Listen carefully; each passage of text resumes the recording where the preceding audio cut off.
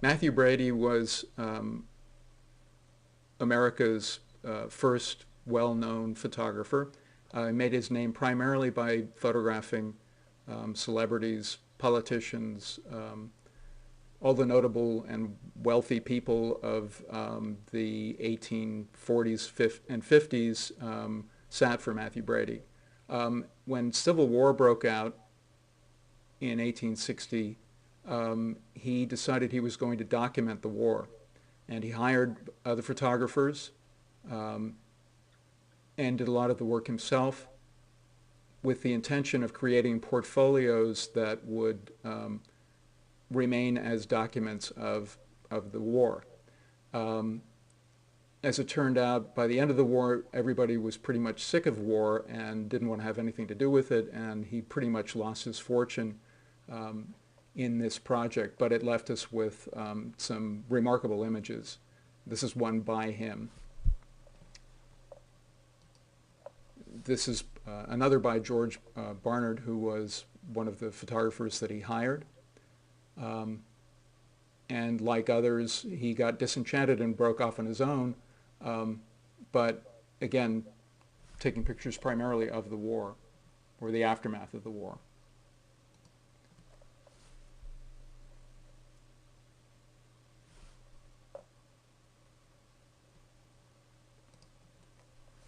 Timothy O'Sullivan had been another one of the photographers who worked for Matthew Brady documenting the Civil War, but he, in the 1870s, was hired to accompany expeditions into America's West with the intention of documenting areas that would be then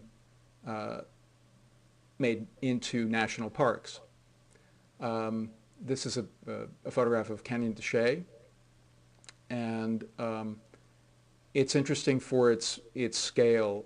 When I first saw this image, I wasn't aware of the housing and thought, well, this is just a rock wall, and had no idea what the height of it was, but it's obviously massive. The buildings that are built into that opening are 2 and 3 stories tall. So you get some sense of what the scale is. In addition to the unusual, O'Sullivan was also documenting these towns that were sprouting up around various industries, mostly mining of one kind or another. So we have a sense of civilization as it marched westward, as well as the landscape, which was very different from the east. This is by Carlton Watkins, who was an early California photographer. He was the first photographer to shoot Yosemite, but he was also as a commercial photographer, he was available to do all kinds of things. I'm not quite sure what his assignment here was, but I love this picture of a buckeye tree completely overwhelming the buildings under it. His studio was in San Francisco, and he documented the city many times. However, in the earthquake and fire of 1906, he lost most of his negatives and a great deal of prints, and there isn't nearly as much of Watkins' work as we would otherwise have today. He was also hired to photograph a lot of homes of the wealthy, and so what we do have of Watkins is very valuable as documentation of his time and place.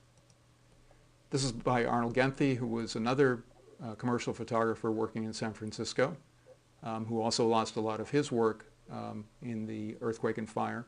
But he also had the presence of mind to document what was happening, which was extraordinary. Here we see what appear to be thousands of people in the street watching the fire, with facades that have fallen away and bricks that have just been strewn into the street. Jacob Riis was primarily a journalist, but he also was a photographer. and he was a reformer. He was interested in documenting the living conditions of mostly immigrants in New York, and was instrumental in getting a lot of the tenements torn down and replaced with better housing. And architecture figures quite a bit in his work. Most of the places that he went into were not at all attractive or hospitable. In fact, some of them were downright dangerous. But he did manage to convey to people how bad conditions were, and was instrumental in getting those changes through. Ironically, he was working for a newspaper at the time, and the newspapers still didn't know how to, hadn't worked out a process where they could reproduce photographs, so all of the images that he made that were run in the paper were actually etchings. They still had the impact that they needed to be, that they needed to have them. He also would eventually put them together in a book called How the Other Half Lives. In the tradition of Riis, but later, Riis was working in the 1870s and 80s. Louis Hine, in the 20th century, pretty much from the beginning of the century, documented conditions specifically as they relate to children, and through his photographs was able to help get the child labor laws passed. So here we see kids at leisure, but he also photographed a lot of them at work. This is by Edward Steichen. Steichen was also a very well-regarded commercial photographer in New York, and although he did a lot of commercial assignments, he also was interested in creating his own work, in this case a photograph of the Flatiron Building. And his intention here was to create art. He's not so much concerned with documenting, although it is certainly a photograph of the Flatiron Building. He's also interested in conveying something emotional, something that's going on within him, as opposed to just what's going on outside of him.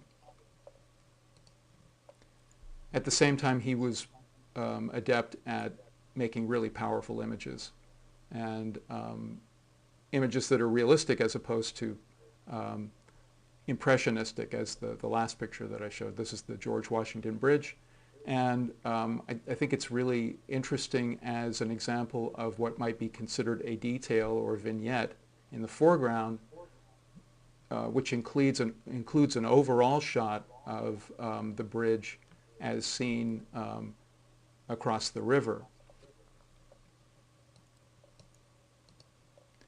Alfred Stieglitz was Steichen's best friend, and instrumental in bringing modern European art to the United States. He was the first to show the Impressionists at a gallery that he had in New York, and also championed photography as an art form.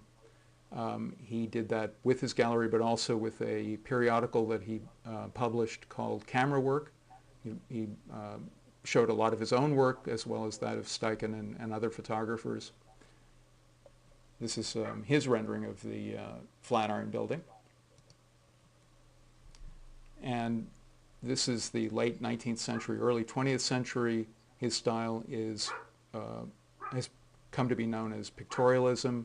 There was a group that got established that he was a member of, called the Photo-Secessionists, and it's very impressionistic work. Soft focus is used pretty much throughout. Paul Strand was one of Stieglitz's proteges and a great photographer who also embraced pictorialism early on, but not long after began to look at things with more clarity with the intention of documenting, and still maintaining the lyrical possibilities of an image. So we end up with pictures like this of a church, which is radical to me for its framing. The way he's cropped the edge of the church off, completely chopped off the spire, and it's instructive to me because it shows how a photographer can direct the viewer's attention where he wants it.